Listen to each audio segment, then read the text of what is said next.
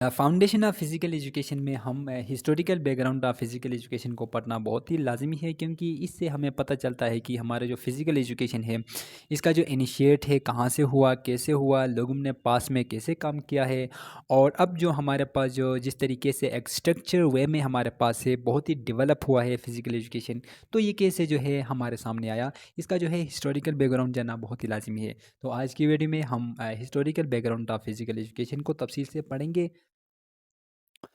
तो देखिए, इसका जो फिज़िकल एजुकेशन का जो स्टार्ट है, फिज़िकल एजुकेशन का मतलब ये है कि फ़िज़िकल एक्टिविटीज़ के ज़रिए हम अपने माइंड को, अपने फिज़िक को, अपने जो है सोशल वेलबींग को कैसे हम जो है फिट रख सकते हैं, वेलबींग रख सकते हैं। तो इसके लिए बहुत सारे प्रोसीजर, बहुत सारे स्ट्रेटजी हर दौर में अलग अलग रहे हैं।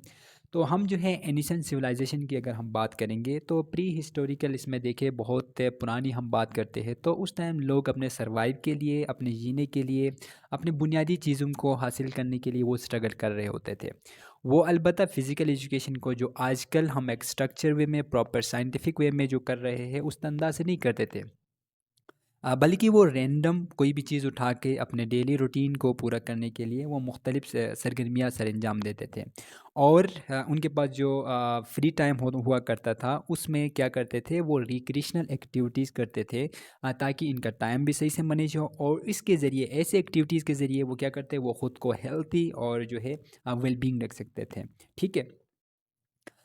फिर इसके बाद ऐसा आया कि अब ज़िंदा रहने के लिए उनको कुछ चीज़ों की ज़रूरत थी, है जैसे कि खाने-पीने के लिए, जो कि आजकल हमारे जो दौर में हर चीज़ पकाए हमें मिलती है। और जिस तरीके से हम पकाते हैं बहुत ही जदीद और साइंटिफिक तरीके से हम चीज़ों का चुनाव करते हैं, जिसमें हम न्यूट्रिशन को भी देखते हैं कि किसमें क्या, कितने कार्बोहाइड्रेट है, कितने प्रोटीन है, वो तमाम चीज़ें देखते हैं। पुराने टाइम पे ऐसा नहीं था, फिर सिर्फ जो है अपने पेट भरने के लिए वो क्या करते थे, हंटिंग करते थे। और हंटिंग के लिए स्पेसिफिक वो स्किल सीखते थे, यानी कि उस टाइम के तीरंदाजी के ज़रिए जो है वो हंटिंग करते थे। तो वो स्किल सीखने के लिए उन्होंने प्रॉपर ट्रेनिंग लिया, एक दूसरे को सिखाना स्टार्ट किया, अपने इक्विपमेंट को उन्होंने बनाया, अपने बॉडी को बिल्ड किया। ठीक है, फिर भागना उन्होंने सीखा, चलना उन्होंने सीखा, फिर मुख्तलिफ चीज़ें उठाने के लिए इनको स्ट्रॉन्ग बॉडी चाहिए था।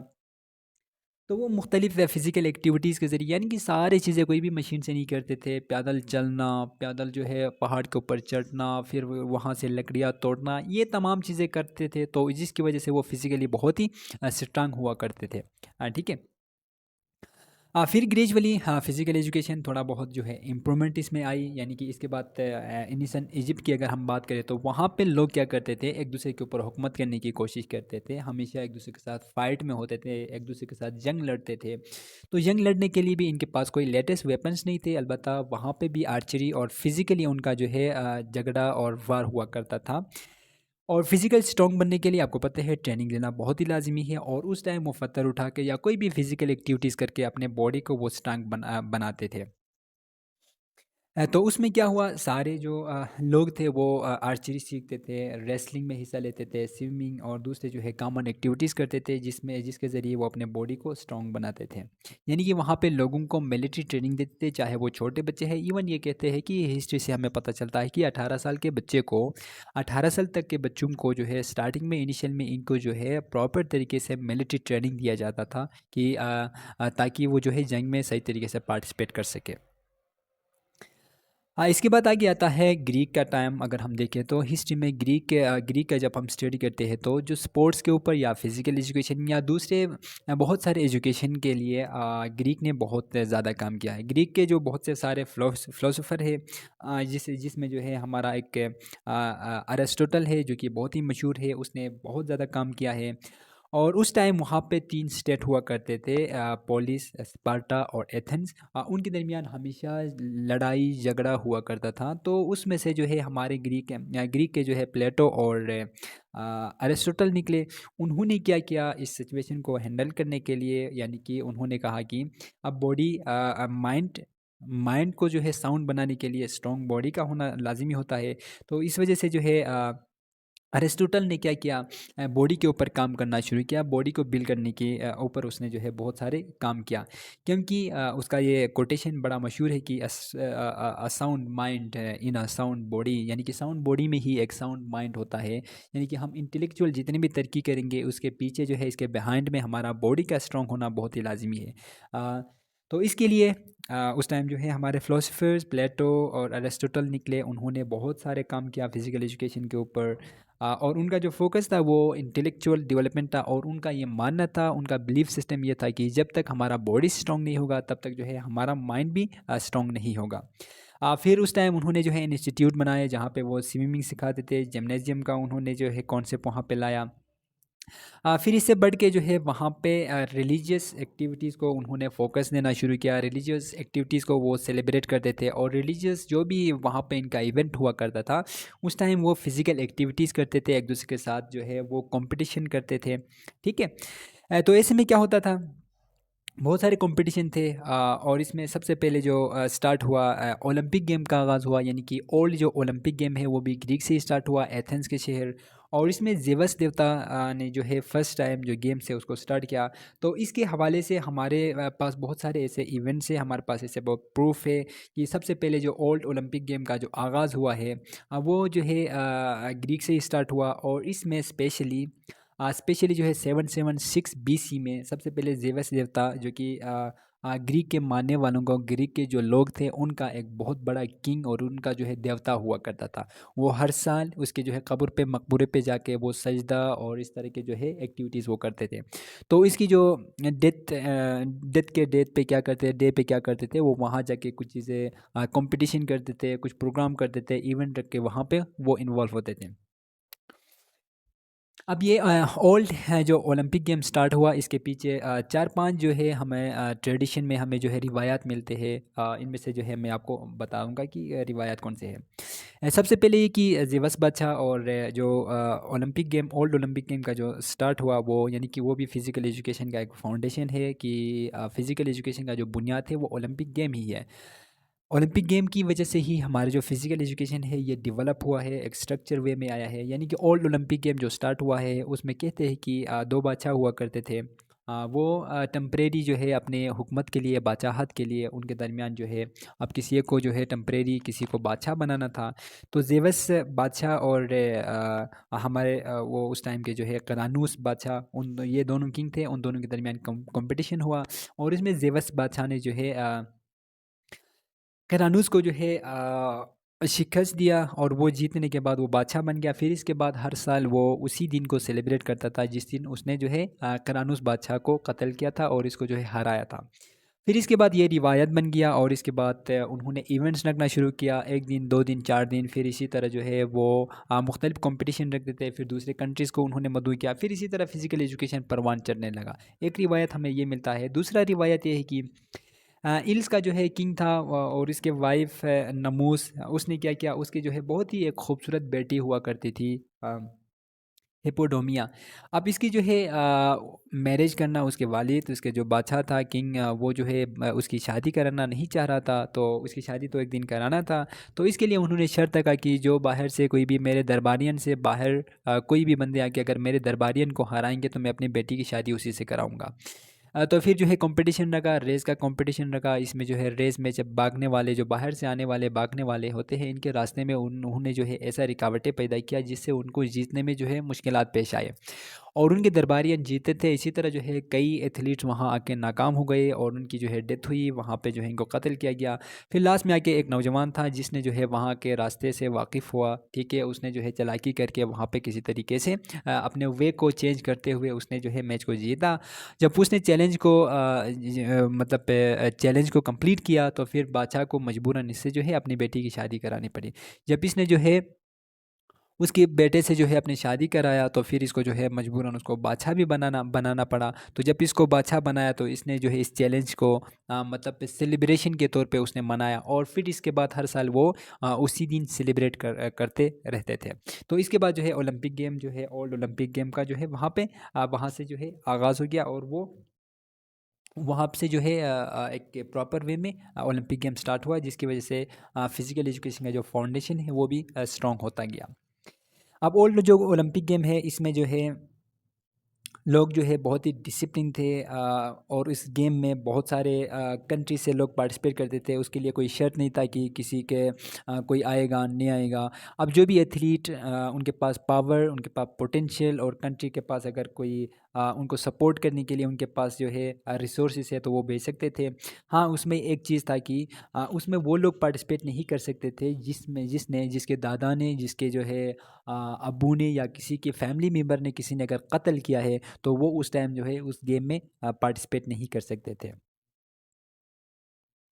अच्छा, वो जो गेम है खेलते थे वो ना सिर्फ फिजिकल स्ट्रेंथ को चेक करने के लिए करते थे, बल्कि उसके साथ साथ वो स्पिरिचुअल और इंटेलेक्चुअल की वजह से इंटेलेक्चुअल को एनहेंस करने के लिए वो जो है इस तरह के गेम्स करते थे। तो गेम्स में बहुत सारे गेम्स में बहुत थाउजेंड के हिसाब से एथलीट पार्टिसिपेट करते थे, फिर बहुत सारे थाउजेंड से ज़्यादा लोग आके जो है स्टेडियम में आके वो मैच देखा करते थे। फिर अभी देखिए तकरीबन जो है करोड़ों के हिसाब से लोग टीवी पे बैठ के, सोशल मीडिया पे और मुख्तलिफ वेबसाइट पे जाके जो है ओलंपिक गेम को एंजॉय कर रहे होते हैं, देख रहे होते हैं।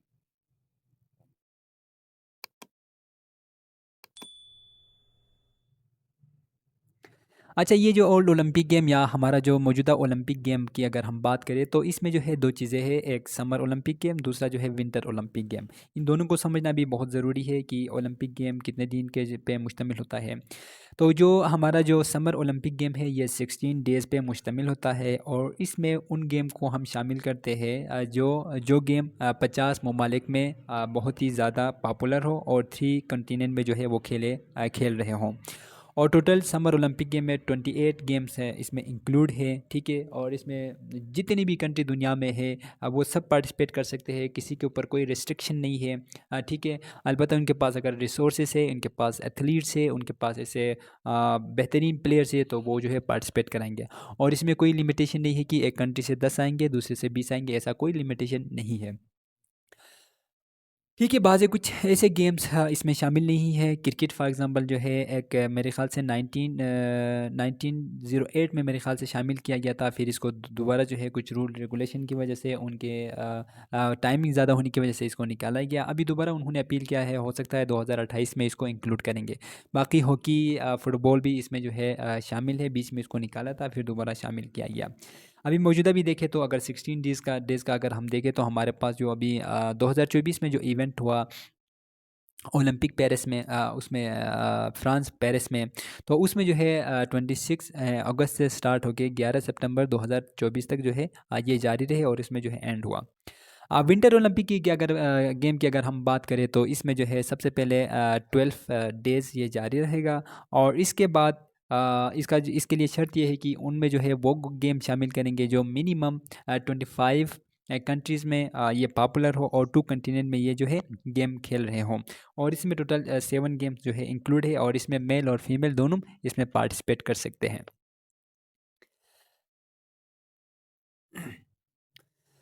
अच्छा, इसके बाद फिर हाँ, मिडल एज आया, हाँ, जिसमें जो है फ़िज़िकल एजुकेशन के ऊपर काफ़ी बैंड किया गया, डिक्लाइन हो गया, यानी कि फ़िज़िकल एक्टिविटीज़ को ख़त्म किया गया। और इसमें रूम का एक बादशाह था जो कि 1170 साल चलने के बाद रूम का एक बादशाह था दी डोसियस। उसने क्या किया, उस गेम को ख़त्म किया गया अपने एक फरमान के ज़रिए और बहाना उसने ये बनाया कि यहाँ पे रिलीजियस एक्टिविटीज़ को फॉलो नहीं कर रहे हैं, लोग बेहाई की तरफ गामज़न हुए हैं और लोग जो है स्पिरिचुअलिटी को भूल गए हैं। और इसके अलावा ये था कि रूम का एक बादशाह था नेहरू, ये एक जो है बहुत बड़ा मशहूर बादशाह था। उसने एक्चुअली क्या किया था, उसने जो है एक गेम जीतने का एक उसने जो है मतलब एक प्रॉमिस किया था और वो चाहता था कि उसकी टीम गेम जीत जाए, चाहे वो किसी भी कीमत पे रिश्वत देना हो या इसके साथ करप्शन करनी हो, या किसी को डराना हो, किसी को मार के किसी भी तरीके से वो चाहता था कि उसकी टीम जीत जाए। तो ये जो है उसने क्या किया, पूरे गेम के जो रूल्स एंड रेगुलेशन है इसको ख़राब किया और अनएथिकल चीज़ें वो करने लगे। तो जिसकी वजह से गेम की जो वैल्यू है वो कम हो गया और फिर जो है रूम के बादशाह को मजबूरन जो है इसको ख़त्म करना पड़ा। क्योंकि गेम का जो असल जो मकसद है कि वहाँ पे क्या करना होता है, वहाँ पे आपने लोगों के दरमियान ब्रदरहुड, रिस्पेक्ट देना, फिर जो है रूल्स को फॉलो करना और इसके साथ साथ बहुत सारे वहाँ पे उन्होंने ऑब्जेक्टिव रखे थे तो वो ऑब्जेक्टिव बिल्कुल साइट हो गए। तो लिहाजा उसने जो है फिर मजबूरन इसको ख़त्म करना पड़ा। फिर इसके बाद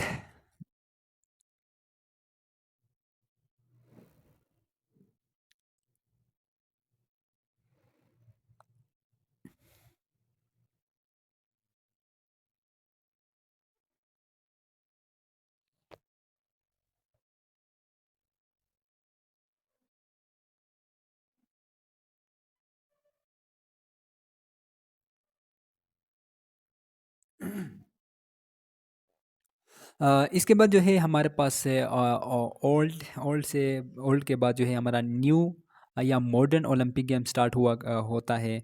और ये 1896 में किंग ने स्टार्ट किया, जो कि इसका ताल्लुक भी ग्रीक से ही था, एथेंस का सिटी से उसका जो है ताल्लुक था। उसने 4-5 कंट्रीज़ को ख़त लिखा और इसमें जो है उसने लिखा कि हम जो है गेम्स को दोबारा स्टार्ट करेंगे। और वो जो जंग बंदी है, एक दूसरे के साथ लड़ना झगड़ना, उसे वो तंग आ चुके थे। तो उसको ख़त्म करने के लिए उसने फ़िज़िकल एजुकेशन और साथ साथ स्पोर्ट्स को दोबारा से जो है रीऑर्गेनाइज़ करने का एक हदफ उठाया। और इसने 1896 को फर्स्ट टाइम यानी कि पेरी डी क्यूबर्टन ने जो है सबसे पहले उसने जो है इसका इनिशिएट किया। और उसने पूरे कंट्री के किंग्स को उसने मदऊ किया और उनके साथ गैदर करके एग्रीमेंट करके फिर उसने जो है ओलंपिक गेम को दोबारा से स्टार्ट किया। अब जो ओलंपिक गेम स्टार्ट होता है उसमें जो है टोटल मैंने आपको बताया कि इसमें क्या होता है। फर्स्ट जो हमारा समर ओलंपिक गेम है उसमें 16 डेज़ चलता है और विंटर में जो है 12 डेज़ में ये ख़त्म हो जाता है। अब इसमें जो है सबसे पहले फर्स्ट डे में जो है उनका ओपनिंग सेरेमनी और सेरेमनी, फिर जो है एनिमल्स को सेक्रीफाइस करना। तो इस तरह की चीज़ें करते हैं। फिर वेलकम करना और इनके जो भी हर कंट्री से जो आए हुए एथलीट्स होते हैं इनको वेलकम करना, और वो फ्लैग लेके आगे जो है मिसाल को लेके आगे जा रहे होते हैं। तो ये जो है मेहमानों को वेलकम करना, ये तमाम चीज़ें करते हैं। फिर सेकंड डे पे जो है वो फिर कंपटीशन होता है जिसमें देखिए स्प्रिंट रेस है, कुश्ती है, बॉक्सिंग है एंड पेंग थ्रॉन है। ठीक है। फिर थर्ड डे में जो है हमारा रेस है, लॉन्ग जंप, जेवलिन। फिर इसी तरह जो है ये कंटिन्यू होता रहता है। ठीक है। फिर इसी तरह 16 डेज़ के बाद जो है इनका ख़त्म होता है। आप ओलंपिक गेम का देखो ऑब्जेक्टिव हर साल जो है इसके ऑब्जेक्टिव चेंज करते रहते हैं। यानी उस टाइम वो लोग unity, respect, promise and stop war for 14 days के नाम से वो जो है क्या करते थे, इसी चीज़ को ख़त्म कर देते हैं। अच्छा, अभी जो है मैं मौजूदा जो ओलंपिक गेम है उसकी मैं बात कर रहा हूँ। तो यहाँ पे 16 डेज़ जारी रहता है। उस टाइम जो स्टार्टिंग में जब उन्होंने स्टार्ट किया था तो 5 डेज़ था। 5 डेज़ से जो है फिर वो पूरा जो है 2 वीक्स वो जो है मैच स्टार्ट होने से पहले और बाद में वो जो है पूरा एक यानी कि 14 डेज़ वो बिल्कुल जो है जंग नहीं करते थे एक दूसरे के साथ। जो भी उनके इख्तलाफात थे वो ख़त्म करते थे। अच्छा, शुरू में ये था कि फ़िज़िकल एजुकेशन या जो भी स्पोर्ट्स खेलते थे ओलंपिक गेम में, उसमें जो है ख़वातीन के ऊपर बड़ा पाबंदी था, ख़वातीन को वहाँ पे अलाउ नहीं किया गया था। फिर इसके बाद अब मौजूदा दौर में देखें तो यहाँ पे कोई रिस्ट्रिक्शन नहीं है, उनके लिबास के ऊपर कोई रिस्ट्रिक्शन नहीं है। जो भी लिबास पहन के वो जाना चाहते हैं वो जा सकते हैं। रेस, स्प्रिंटर और लॉन्ग जंप या हाई जंप, जंपिंग के जो भी इवेंट्स हैं उनमें आप देखें तो इनके ड्रेस अब डिपेंड करता है कि आप किस कंट्री से बिलोंग करते हैं, आपके कल्चर, आपके सकाफ़त, आपके फेथ, ये तमाम चीज़ों को देखते हुए आपने ड्रेसिंग करनी होती है। ठीक है। लेकिन वहाँ पे कोई जो है आपके ऊपर रिस्ट्रिक्शन वगैरह बिल्कुल नहीं है। तो इसमें आप मौजूदा दौर में अगर हम देखें तो यहाँ पे जो है फ़ीमेल के लिए भी अलाउ है, वो भी पार्टिसिपेट करते हैं। स्टार्टिंग में बिल्कुल फ़ीमेल के लिए बिल्कुल अलाउ नहीं था, इवन जो है वो स्टेडियम में जाके भी नहीं देख सकते थे। ठीक है। वो वहाँ पे भी इनको जो है कोई इस तरह जो है इनको अलाउ नहीं था। अच्छा, अब मैं मॉडर्न दौर में देखें इसके बहुत सारे फ़िज़िकल एजुकेशन का ट्रेंड चल रहा है। फ़िज़िकल एजुकेशन में आजकल लोग बिल्कुल वो मशीन के ऊपर वो डिपेंड करते हैं, उनके फ़िज़िकल एक्टिविटीज़ बिल्कुल ना होने के बराबर है। जिसकी वजह से वो मेंटली डिस्टर्ब है, और जब मेंटली बंदा डिस्टर्ब होता है तो वो फ़िज़िकली भी डिस्टर्ब होता है। और इसके साथ साथ उसके हेल्थ, उसके फिटनेस भी ख़राब हो जाता है। तो इसीलिए जो हमारे पास जो एक ट्रेंड चल रहा है कि हमने ना सिर्फ फिज़िकली इनको फिट रखना है बल्कि मेंटली इनको जो है इमोशनली इनको हेल्दी बनाने के लिए हमने फ़िज़िकल एक्टिविटीज़ कराना है। और आजकल टेक्नोलॉजी के ज़रिए हम अपने ट्रेनिंग के जो स्ट्रेटजी है, उसका स्ट्रक्चर है, इन तमाम चीज़ों को हमने चेंज करके रखा हुआ है। और हम बहुत ही अच्छे तरीके से उसमें हम डाइट का भी अगर देखें तो डाइट का भी हम साइंटिफिकली इसके ऊपर रिसर्च करने के बाद साइंस को हम यूज़ करते हुए साइंस का इन्वॉल्वमेंट के बाद फिर जो है हम उनके लिए डाइट रिकमेंड करते हैं। और ट्रेनिंग भी ऐसे कराते हैं कि वो उनके डेली एक्टिविटीज़ को देखते हुए, इनके एज को देखते हुए और इनका जो है बॉडी की हाइट को देखते हुए हम इनको ट्रेनिंग डिज़ाइन करते हैं और इनको डाइट भी उस हिसाब से दे रहे होते हैं। फुटबॉलर है, क्रिकेटर है, वॉलीबॉल खेलने वाले कोई भी एथलीट है, या दूसरा जो है रनिंग का कोई एथलीट हमारे पास है, तो इन सब के लिए हम जो है साइंटिफिक तरीके से उनकी ट्रेनिंग कराते हैं। हाँ, ठीक है। हाँ, तो फिर ट्रेनिंग में भी बहुत जो है डाइवर्सिफ़िकेशन आया है, और एक्सरसाइज़ में मैंने जिस तरह पहले बताया कि इसमें टेक्नोलॉजी इन्वॉल्व हो गया। फिर इससे बढ़ के स्पोर्ट जब हम खेलते हैं तो इसमें जो है साइकोलॉजी का बड़ा रोल है और सोशियोलॉजी का बड़ा रोल है। ठीक है, अक्सर जो है हमारा कॉन्फिडेंस और किसी चीज़ की वजह से, सिचुएशन की वजह से हम मेंटली डिस्टर्ब होते हैं, साइकोलॉजिकली डिस्टर्ब हो जाते हैं, जिसकी वजह से हमारी फिज़िकल परफॉर्मेंस भी जो है सही नहीं होती। तो इसीलिए साइकोलॉजिस्ट का स्पोर्ट्स में बहुत बड़ा रोल है। हमारा जो डिप्रेशन है वो हम साइकोलॉजिकली हम जो है इसको ख़त्म कर सकते हैं। अब जो मोटिवेशन आता है वो साइकोलॉजी का ही है। हम सबसे पहले एक्सरसाइज करने से पहले या कोई भी जो है फिज़िकल एक्टिविटी करने से पहले हमारा दिल ही नहीं करता, हम मोटिवेट ही नहीं होते। तो इसमें साइकोलॉजी का बड़ा रोल होता है, और साइकोलॉजिस्ट ही हमें जो है मोटिवेट करते हैं, वो हमें गाइड करते हैं, वो हमारे माइंड को स्टडी करते हैं, और वो फिर इसी तरह जो है हमें गाइड करते हैं, और हम इनकी बात मान के आगे हम पार्टिसिपेट करते हैं। ठीक है?